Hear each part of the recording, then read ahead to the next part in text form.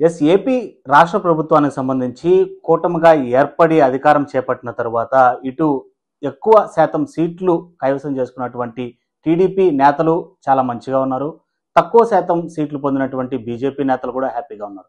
మధ్యలో ఉన్నటువంటి జనసేన నేతలే రాష్ట్ర వ్యాప్తంగా చాలా తీవ్రమైనటువంటి ఇబ్బందులు ఎదుర్కొంటున్నటువంటి పరిస్థితి. వాళ్ళు ఒకటి మాట్లాడితే తప్పు, రెండు మాట్లాడితే నేరం అన్నటువంటి చందాన ఏకంగా వారిపైన అక్రమ కేసులతో పాటు అరెస్టుల పర్వానికి కూడా ప్రభుత్వమే దిగడం అనేది చాలా విడ్డూరంగా ఉన్నటువంటి పరిస్థితి. అయితే ప్రస్తుతం ఏదైతే ఉమ్మడి నెల్లూరు జిల్లాకు సంబంధించి వెంకటగిరి నియోజకవర్గ ఇన్ఛార్జిగా, అదేవిధంగా గతంలో ప్రధాన కార్యదర్శిగా పనిచేసినటువంటి వెంకటేశ్వర్ల పైన ఉదయం అరెస్టు చేసినటువంటి సంఘటన తీవ్ర దుమారం రేపినటువంటి పరిస్థితి. అయితే ఆయన ప్రస్తుతం బెయిల్ పొంది మనతో మాట్లాడడానికి సంసిద్ధంగా ఉన్నటువంటి పరిస్థితి. సార్ నమస్తే.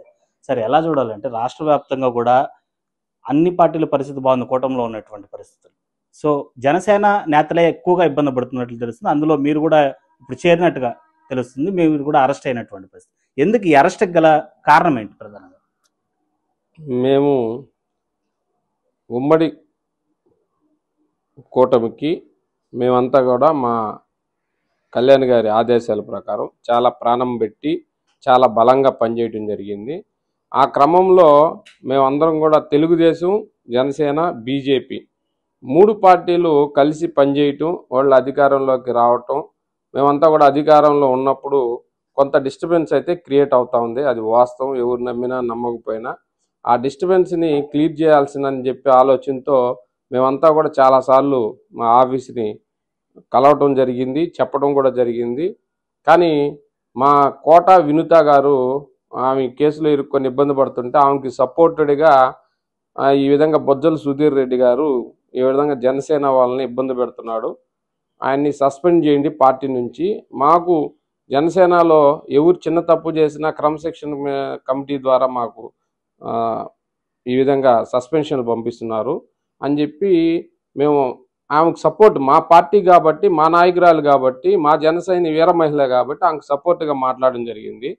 దాన్ని వాళ్ళు నెగిటివ్గా తీసుకొని నా మీద అక్రమ కేసులు బనాయించటం, ఉదయంతో వచ్చి పోలీసు వారు సివిల్ డ్రెస్లో వచ్చి నన్ను తీసుకెళ్ళటం, చాలా రకరకాలైన కేసులు దాంట్లో కట్టడం, లాస్ట్కి న్యాయమే గెలిచిందన్నట్టు రాత్రి 12-15 నిమిషాలకి వెంకటగిరి సివిల్ జడ్జి గారి ఆధ్వర్యంలో మనకి న్యాయం జరగటం, బెయిల్ మీద విడుదలవటం జరిగింది. అంటే ఏదైతే వినుత అరెస్ట్ అయ్యారో ఆమె స్వయంగా మర్డర్ చేసినట్లు ఆధారాలు ఉన్నాయి, అవన్నీ ఉన్నాయి. ఒక మర్డరిస్ట్కి అంటే మీ పార్టీ నేతే కావచ్చు, ఏమైనా డిమాండ్లు కూడా ఉండొచ్చు, దానిపైన ఎంక్వైరీ కూడా నడుస్తూ ఉండొచ్చు.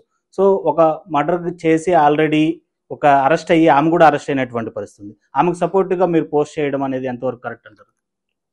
ఆమె రాయుడు హత్య విషయంలో ఒక వీడియో రిలీజ్ చేశారు. మాకు ఎటువంటి సంబంధం లేదు, ఇదంతా బొజ్జలు సుధీర్ రెడ్డి చేశాడంటే మాకు కడుపు మండింది. ఎందుకంటే మా నాయకురాలని ఇబ్బంది పెడతారా తెలుగుదేశం వాళ్ళు, కాబట్టి ఆయన్ని సస్పెండ్ చేయండి, దీన్ని ఎంక్వైరీ చేయండి, ఎంక్వైరీ చేసేదాకా ఆయన్ని సస్పెండ్ చేయండి. ఎందుకంటే ఎంక్వైరీ చేసేదాకా ఆమె అరెస్ట్ అయింది కాబట్టి మా పార్టీ నుంచి ఆమెను సస్పెండ్ చేసాం. ఆమె మర్డర్ చేసిందో లేదో అది న్యాయ విచారణలో తేలద్ది ఎవరు ఎంత మాత్రం అనేది. కానీ లోకల్గా మోడల్ సపోర్ట్ అనేది ఒకటి కావాలి కదా మనకి. మా పార్టీలో 100 ఉండొచ్చు, కానీ మా పార్టీ అభ్యర్థికి ఇబ్బంది జరిగితే మా మోడల్ సపోర్ట్ అనేది మాకు ఉండాలి. కాబట్టి మేమేందంటే ఆమెకు సపోర్టెడ్గా మాట్లాడాం. అది న్యాయ విచారణ తర్వాత, ఇప్పుడు ఆమె కూడా రేపు శిక్ష పడుతుంది, న్యాయ విచారణ తర్వాత ఈయనకి హస్తం ఉంది అని అంటున్నారు కాబట్టి కోడైకి వస్తుంది కాబట్టి ఆయన్ని కూడా మీరు చేయండి.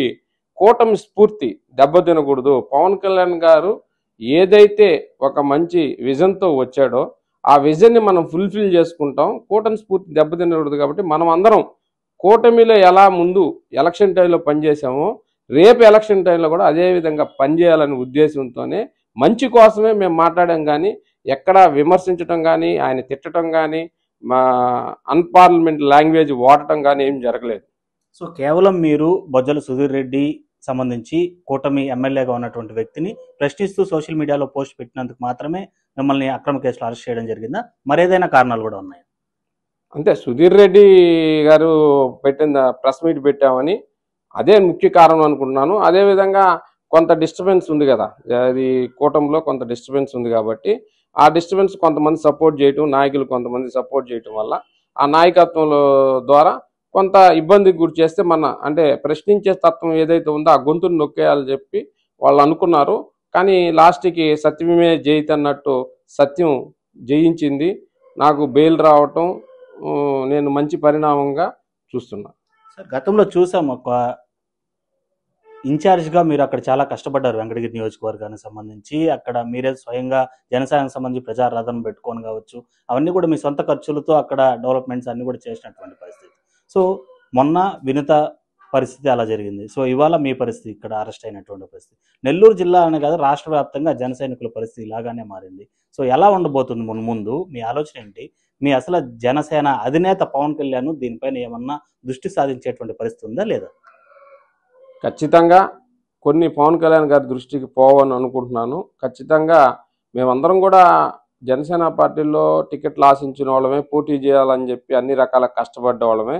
కొంత డిస్టర్బెన్స్ అయితే జరిగింది. కానీ ఆ డిస్టర్బెన్స్ని కళ్యాణ్ గారి దృష్టికి తీసుకెళ్ళారు కూడా. తీసుకెళ్ళి దాన్ని అంతా కూడా సెటరేట్ చేస్తారు.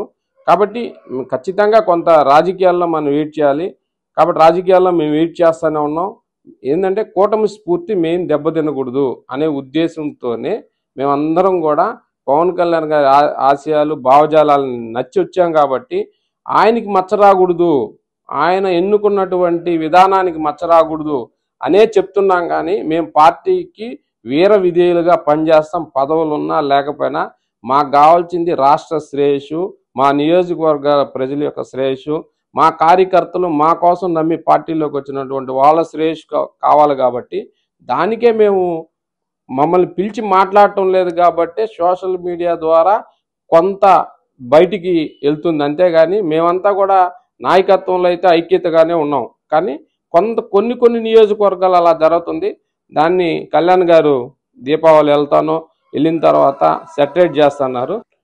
దసరానో దీపావళి వెళ్ళిపోయిన తర్వాత కళ్యాణ్ గారు అన్ని నియోజకవర్గ జిల్లా వ్యాప్తంగా పర్యటించి జన సైనికులకి, కూటమి నాయకులకి సంధి కూర్చి వాళ్ళని కూర్చోబెట్టి మాట్లాడాలని కూడా నేను మనస్ఫూర్తిగా కోరుకుంటున్నాను. గతంలో మిమ్మల్ని ఏదో ఒక సస్పెన్షన్కి గురి చేసినట్లు, దాదాపు 30 రోజుల పాటు కూడా పార్టీకి దూరంగా ఉన్నట్లు కూడా చెప్తున్నారు. సో ఇప్పుడు మీరు ప్రత్యక్షంగా మీకు జరిగినటువంటి అన్యాయం పట్ల, వినుత పట్ల మాట్లాడుతూ అది సాక్షి మీడియాతో మాట్లాడుతున్నారు. కాబట్టి ఇంకా పూర్తి పాటు సస్పెన్షన్ ఉండబోతుంది. సో దానికి కూడా సిద్ధంగా ఉండాల్సినటువంటి పరిస్థితి. నాకు మీడియా సాక్ష్య, ఎన్టీవీ, ఆర్టీవీ, ఇంకో టీవీ కాదు. మీడియా అంటే అందరిది, మనది మీడియా. అది పార్టీ పరంగా నేనైతే ఎప్పుడు ఎవరిని చూడను. మన వాయిస్ని ప్రజల్లోకి పోవటానికి కావాల్సింది మనం చెప్పాల్సింది చెప్తాం. మీడియా సాక్షిలో మాట్లాడితేనో లేకపోతే ఆర్టీవీలో మాట్లాడితేనో ఇప్పుడు నా ఉదంతం వచ్చింది, సాక్షి వాళ్ళు ప్రసరించారు. అట్టా ఎవరికి ఆ ఒపీనియన్ వాళ్ళు ఉంటుంది. ఇప్పుడు నేనేమి ఏ పార్టీ గురించో ఏ ఛానల్ గురించో నేను తప్పుగా మాట్లాడను. మాకు జరిగిన దాన్ని మేము చెప్పుకునే దాంట్లో మాకు హక్కు ఉంది, రైట్ ఉంది. ఒక రిజగ్నేషన్ సంబంధించిన ఛానల్స్ కాబట్టి ఎవరైనా మైక్ పెడతారు, మేము ఎవరి గురించి అయినా మాట్లాడవచ్చు. అంటే మా పార్టీ స్ఫూర్తి దెబ్బతినకుండా, మా భావజాలం దెబ్బతినకుండా, మా నాయకుడు ఒక విధి విధానాలకు లోబడే మేము పనిచేస్తాం, పాటిస్తాం కూడాను. సో మీ పార్టీ భావజాలాలు కావచ్చు, లేదా నియమ నిబంధనలు కావచ్చు, ఎక్కడా కూడా కింది స్థాయికి సంబంధించినటువంటి నాయకులు, నేతలు ఫాలో అవుతున్నారు. కానీ మీ ప్రధానంగా ఉన్నటువంటి మీ అధినేత కావచ్చు, అధినేత చుట్టూ ఉన్నటువంటి నాయకులు అక్కడ వరకు చేరనీయకుండా అడ్డుకట్ట వేయడం కావచ్చు, దానిపైన ప్రధానమైనటువంటి దృష్టి సాధించడం లేదు అనేది ప్రధానమైనటువంటి ఇష్యూ. ఇప్పుడు మీ పరిస్థితి కూడా అదే, అవునంటారా కాదంటారా? మీరు అడిగిన దాంట్లో కొన్ని అసత్యాలు ఉన్నాయి, కొన్ని సత్యాలు ఉన్నాయి. ఖచ్చితంగా అవన్నీ కూడా కళ్యాణ్ గారి దృష్టికి వెళ్తాయి, వెళ్ళి సెటరేట్ చేస్తాడని నేను కోరుకుంటున్నా. Right, thank you.